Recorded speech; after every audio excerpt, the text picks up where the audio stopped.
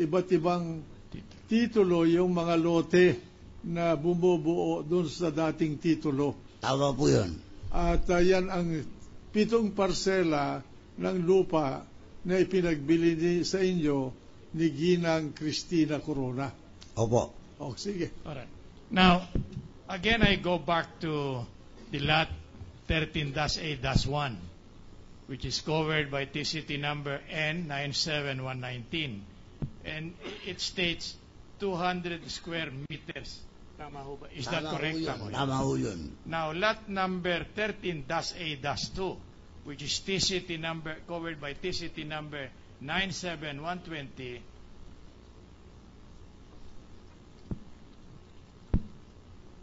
consists of 200 square meters. Tama po ba yun? Tama po yun. Alright.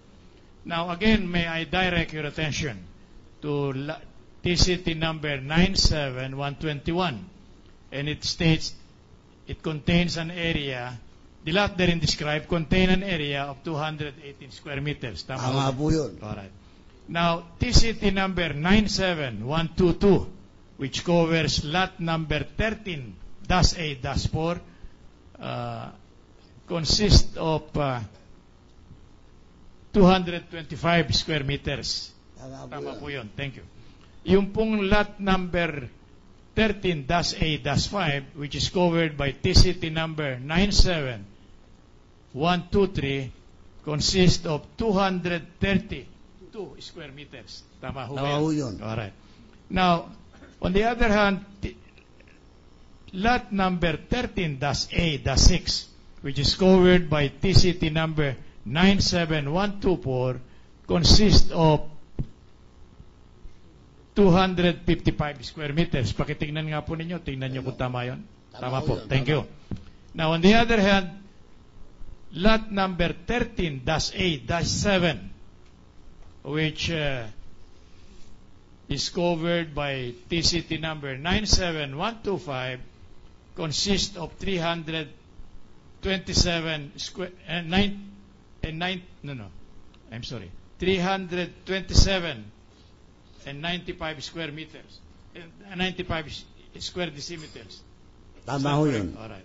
Now, this contract refers to a sale of 7 parcels of properties.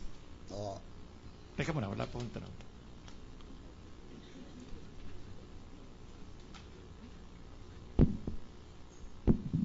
How much was paid by you for the purchase of these 7 parcels from Mrs. Corona?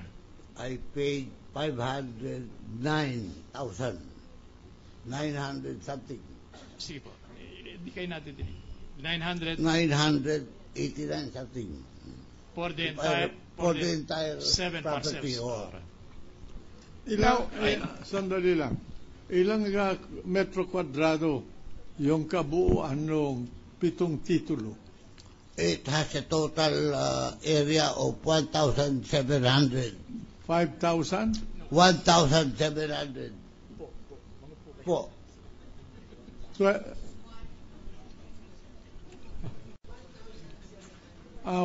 meter. 1,700 po square meter. 1,700 square meter. Magkano per square meter ang presyo sa inyo? Bilihan 989. O sige. Thank you. Now, sa likod po ng document of sale neto are several entries referring to payment of capital gains, confirmation receipt, and amount of documentary stamp tax.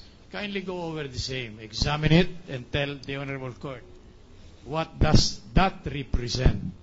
Ano pong sinasaklaw niyan? Yung Ang pagbabayad sinasaklaw dito na bayaran ng capital gains, documentary stamp, tsaka capital gain,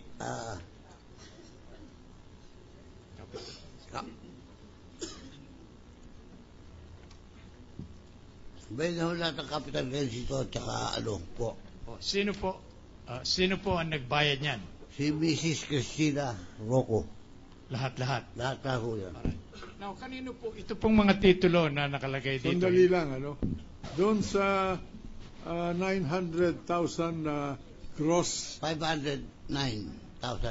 500, 509,000 na gross price noong 7 parsela, inawas doon ang capital gains tax.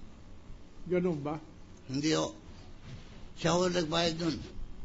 Kaya nga, pero saan niya kinuha yung ibinayad? Doon sa ibinayad sa iyo o Binayaran ko na ho yung lahat na halaga noong lote. yung ibinayad mo sa kanya, doon inawas yung buwis. Oo. Ayun.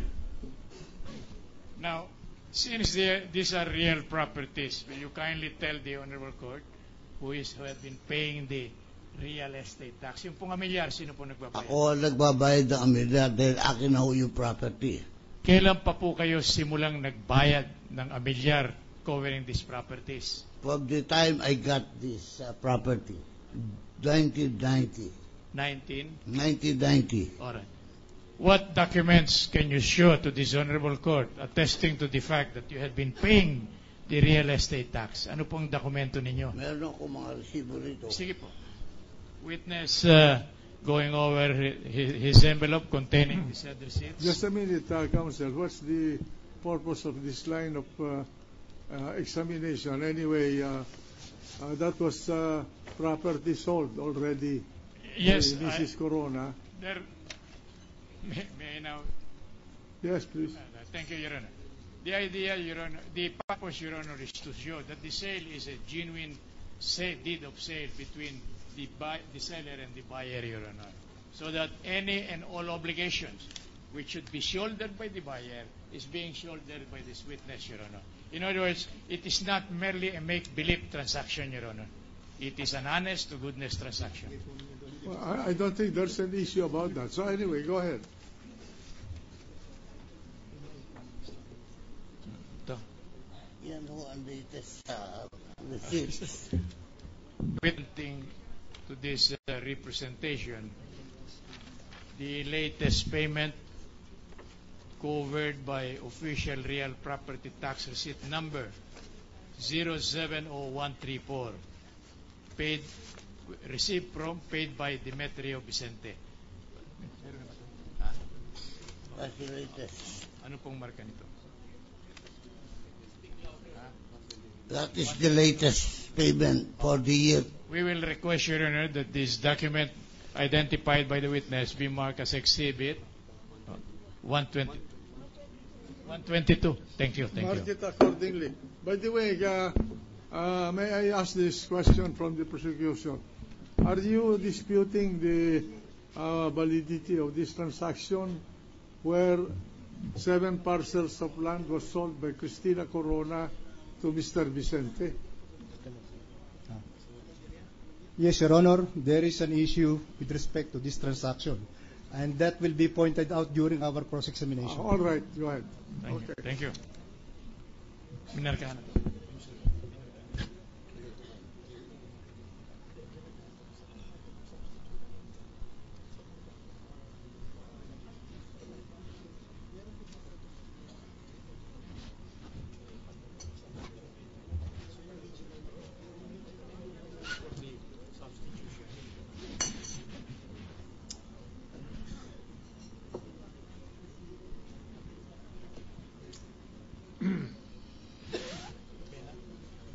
Sa ngayon po, kanino nakarehistro sa Register of Deeds itong 7 parsela nito na sinasabi nyo sa kagalang-galang na hukuman na binili nyo kay Maria Cristina Rocco Corona? I think the title would show that, Counsel, that fact, isn't it?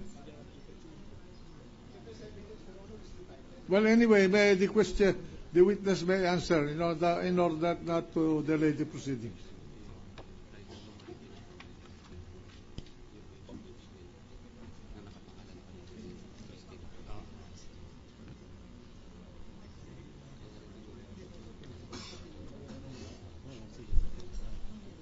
19 on the street.